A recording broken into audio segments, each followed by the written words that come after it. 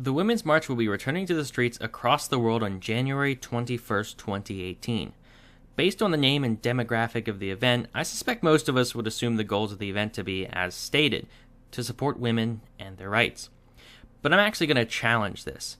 I want to know if the values and principles of the Women's March are in line with the values and principles of most women. Because even though all of us agree that freedom and rights are a good thing, doesn't mean we agree on their definitions. Because nobody would really label themselves anti-freedom, but we know that these types of people exist. So I'm going to go through the values of the Women's March organization and see how they line up with women in general. In the description of this video, I've left a table of contents in case you want to jump to a specific issue, and you'll also find a link to a page with all of my sources. I highly encourage you to fact check each of these and correct me down in the comments if it turns out that I'm wrong. So let's get started. So first we have to figure out the ideological perspective of the Women's March. If we look at the overview and purpose section of their guiding vision and definition of principles page, we can see that they're pretty progressive, not just left liberal, but left progressive. They say right in the beginning that the Women's March is a women-led movement bringing together people of all genders, ages, races, cultures, political affiliations, disabilities, and backgrounds in our nation's capital. They then mention below that women have intersecting identities and are affected by a multitude of social justice and human rights issues. Well, the term social justice is so poisoned nowadays that you have to be pretty progressive to actually use it. And of course, when they say intersecting identities, they're talking about, I imagine, intersectional feminism. And then below that, they talk about honoring the legacy of the movements before us. The feminist movement, the civil rights movement, the American Indian movement, Occupy Wall Street, marriage equality, Black Lives Matter, and more. All of which are either pretty centrist or left-wing, but all supported by feminists and progressives. So we can say right off the bat there that they're probably intersectional feminists and progressives. To confirm this, we can say that among the list of women they acknowledge, we see radical feminist Bell Hooks and radical feminist Gloria Steinem, who said that a woman needs a man like a fish needs a bicycle. So when talking about a political affiliation, we can say that they do not represent most women. Only 32% of women actually label themselves feminists, according to a YouGov poll, even though 82% support equality of the sexes. And only 30% of women label themselves as liberal, which is approximately the same amount that label themselves as conservative. And just because you're a liberal doesn't mean you're progressive. In fact, I'd say the loudest critiques of feminism have come from liberals. So chances are that just in terms of ideology, this is represented by less than 30% of women. But now on to specific values. The first value just states that women's rights are human rights and human rights are women's rights. That's just a slogan and not really much to go on in terms of specific action. So we'll go to the next one that says, we believe gender justice is racial justice is economic justice, more intersectionalism. We must create a society in which all women, including black women, indigenous women, poor women, immigrant women, disabled women, Muslim women, lesbian, queer, and trans women, are free and able to care for and nurture themselves and their families, however they are formed, in safe and healthy environments free from structural impediments. Of course, a lot of it's not that specific, but we do get a few clues from where they say, however they are formed, and structural impediments, implying a lack of Western traditional values. So if we look at polls here, specifically from Gallup, we can say that 49% of women support government protection of traditional values, and 41% of men agree. Now, my own personal opinion here doesn't matter much, but I'm someone that I like traditional values. I think they're good, but I don't want government promoting them. So in that case, I would actually be in favor of traditional values, but I would still answer no on this poll. So we know that at minimum, half of women support traditional values, according to this poll, which goes counter to the Women's March value here. Next up on the list, they say women have the right to live full and healthy lives, free of all forms of violence against our bodies. 1 in 3 women have been victims of some form of physical violence by an intimate partner within their lifetime, and 1 in 5 women have been raped. Now, the first sentence I'm sure we'd all agree with, just everyone except rapists or radical Islamists or murderers. The 1 in 3 women statistic actually refers to 1 in 3 women globally, and there's nothing wrong with that.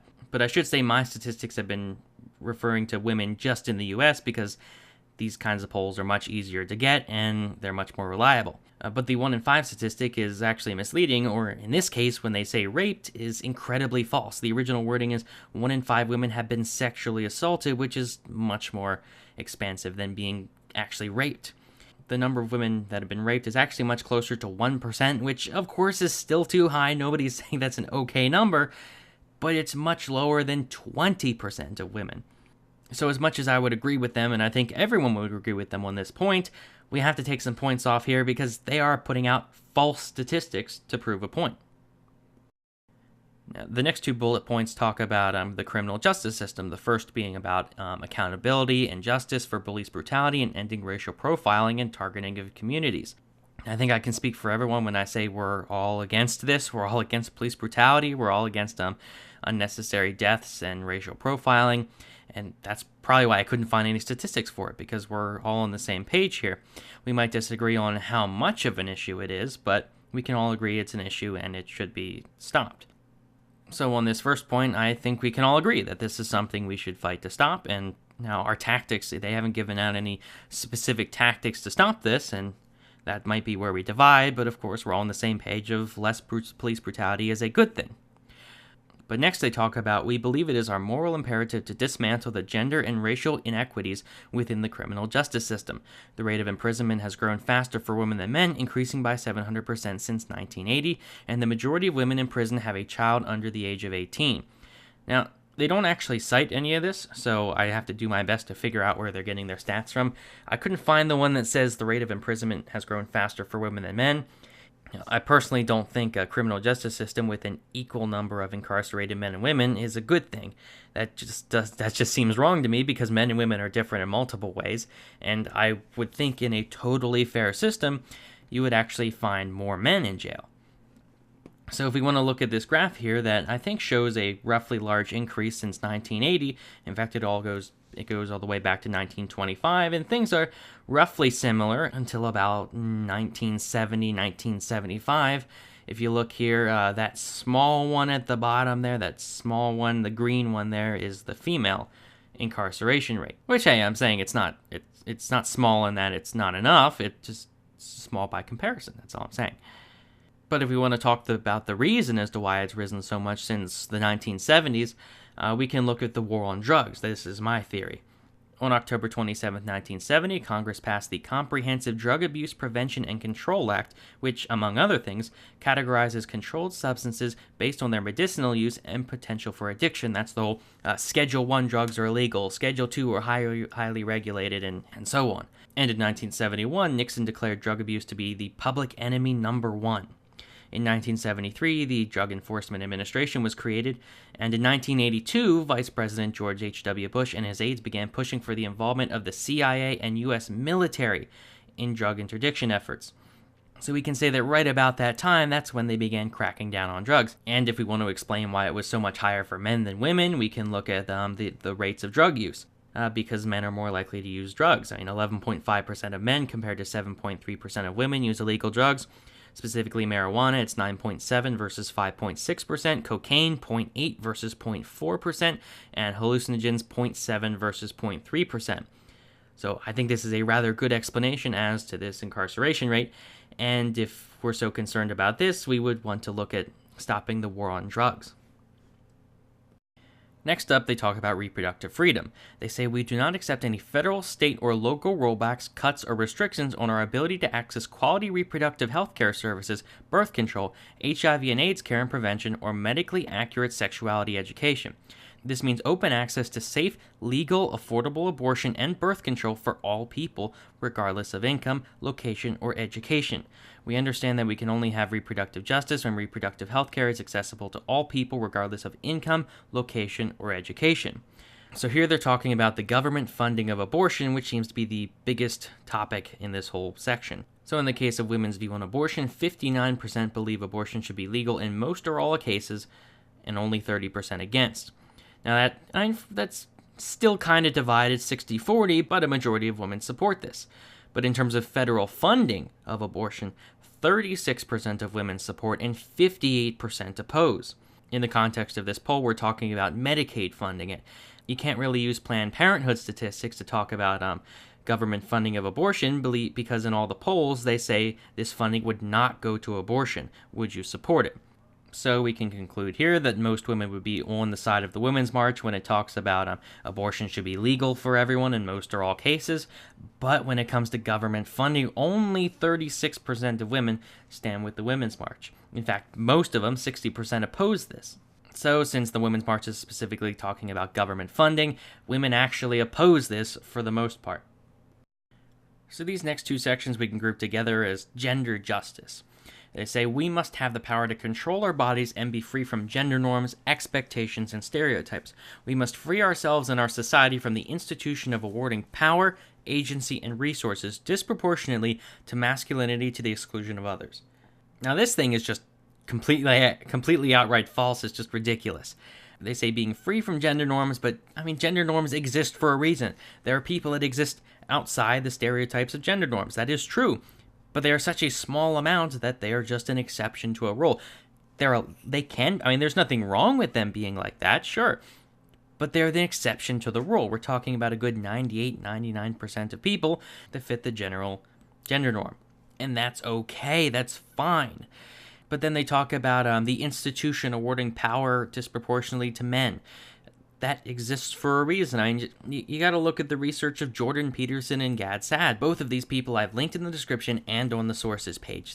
Jordan Peterson is a clinical psychologist, Gab.ai is an evolutionary psychologist, and they explain all of it. That in a free society, a perfectly free and fair society, things are not going to be equal because people will choose different things. Women will disproportionately choose certain fields. You're going to have a lot more stay-at-home moms and stay-at-home dads, which means men are going to be out working more. It's just if you leave people to make choices, it's going to come out unequal. And that's okay. The whole 50-50 thing, or in this case, I'm sure they wouldn't be upset if it was 60-40 women. It's okay as long as it's free. The fact that it's disproportional is not a problem. Why it's disproportional is important. If it's disproportional because of prejudice or sexism, then that's bad. If it's because women are making choices that are different from men, because men and women are different in certain ways, then that's normal. That's perfectly okay. And in this case, it's a ridiculous thing to ask. You're just not going to get happiness. But enough of that. On to the next one. They say, we firmly declare that LGBTQIA rights are human rights and that it is our obligation to uplift, expand, and protect the rights of our gay, lesbian, bi, queer, trans, two-spirit, or gender non-conforming brothers, sisters, and siblings. This includes access to non-judgmental, comprehensive healthcare with no exceptions or limitations, access to name and gender changes on identity documents, full anti-discrimination protections, access to education, employment, housing, and benefits, and an end to police and state violence. Okay, that's a bunch there. But the first thing I want to talk about is full anti-discrimination protections. So the biggest example I can think of was just the whole bake the cake thing. Can a business turn down someone for any reason, be it if they're gay or whatever? Well, 61% of Americans oppose allowing people to do this, and I imagine the number is actually a bit higher for women, so I think it's fair to say that a good 60 to 70% of women agree with the Women's March on anti-discrimination laws. So they're on the same page there. In terms of access to education, employment, housing, and benefits, well, 62% of women in the United States support free college. That's another one where 60%, it's not the vast majority of women. It's not as high as I would like it to say they've got the full support of representing women, but it's more than half. But talking about the end of police and state violence, well, there becomes the question of what is your definition of violence. I mean, if you're an anarcho-capitalist, you would say abolish the state, period. You would have total capitalism. That is the most non-violence you can get. If you're on the other side and you're a communist, you would say, well, just owning things is somehow violent. So based on where they are on the political spectrum, it's a bit concerning, and there's not much to go with on this. But we can all agree that violence is bad. It's just that their definition of violence might be a bit different than ours. This next one just talks about benefits for women like paid family leave, access to affordable childcare, sick days, healthcare, fair pay, vacation time, and healthy work environments. And that's all good. We all agree that's a good thing. But they don't really specify if they want it mandated by the government, like exactly what they are entailing here. So if they're talking about just women individually, one-on-one, or if maybe through a union or bargaining with their employer for these benefits, then great. I mean, there's not much to disagree with here, unless they're talking about the government mandating it, in which case here's a CNN article on how paid family leave hurts women. Link in the description. It's actually a pretty good article. But there's not much to this here, honestly. We'll go to the next one. This is basically just the gender pay gap, and if you've been on the internet at all and not stuck in an echo chamber, it's been debunked 8 billion times. It's not entirely because of discrimination, maybe a little bit due to discrimination, but for the most part, it's just women making different choices than men. I mean, women on average, again, this is just general trends, they prefer to stay home with their child compared to men. And that's going to open up the gender pay gap a little bit. And other things women tend to prefer in certain fields that don't pay as well, like the care economy. That's just how it works, and if women want to change it, they can. But if your end goal is to completely close the gender pay gap, you're not going to do that without making women unhappy. You're not going to do that without controlling people and saying, you have to go into this field. So in this sense, I think we're all on the same page of equal pay for equal work. Thank God it's been law forever. But there's not really much to do here than to explain that it's entirely up to choice. This one just says, we recognize that women of color and indigenous women carry the heaviest burden in the global and domestic economic landscape, particularly in the care economy.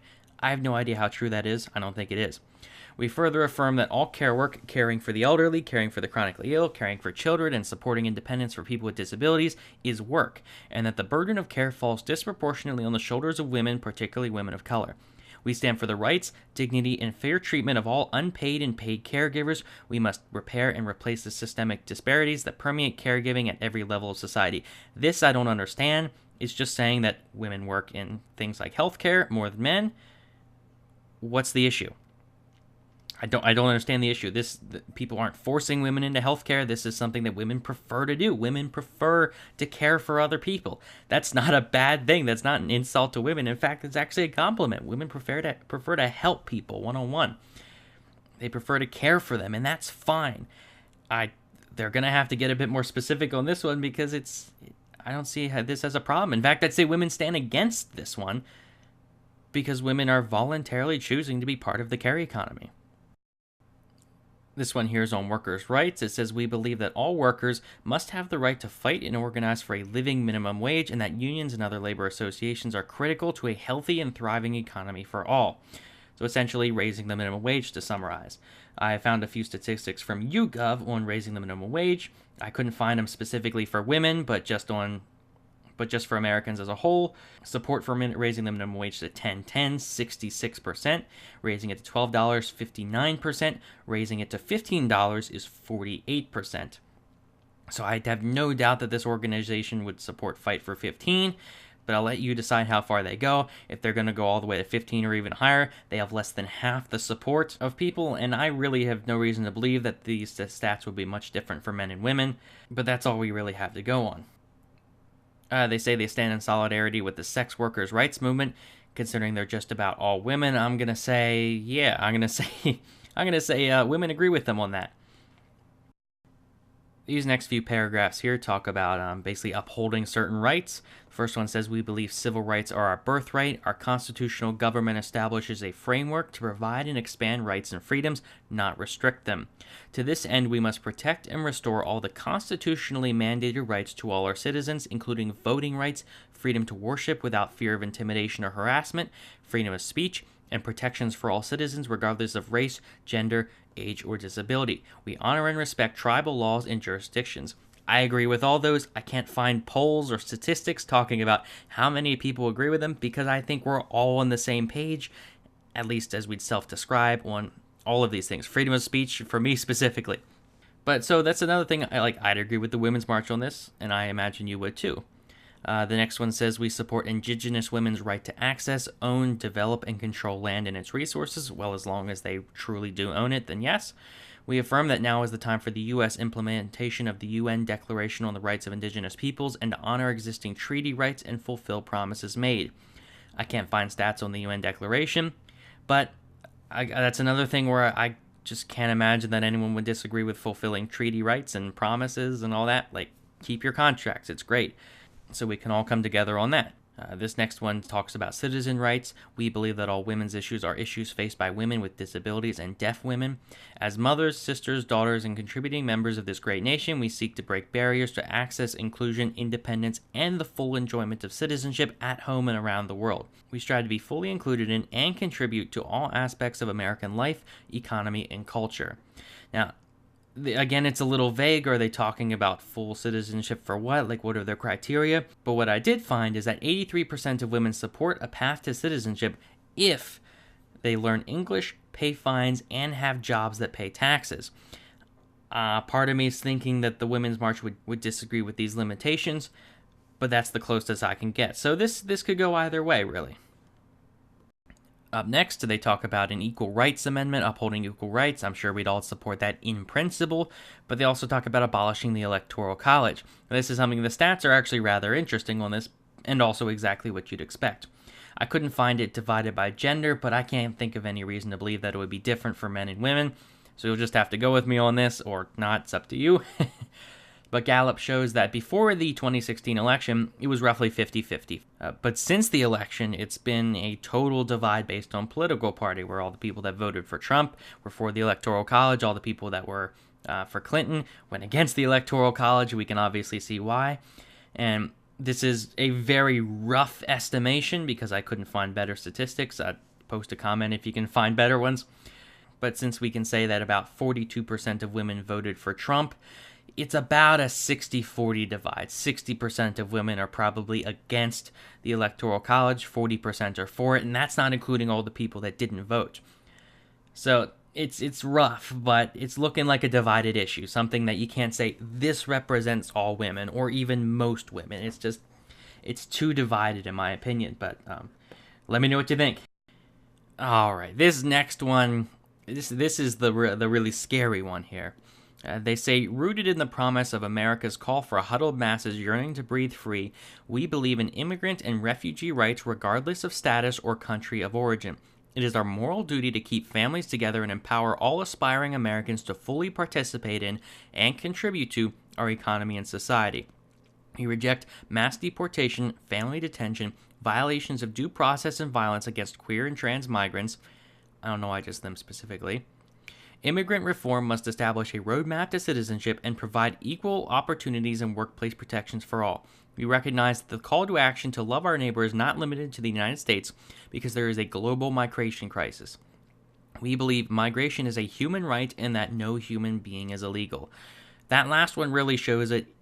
They're for open borders. And I'm talking completely open borders, which I spent a good hour and a half looking for stats. Maybe I'm just bad at looking for stats, but I could not find specific stats on the open borders issue, I think because it's so far off the table.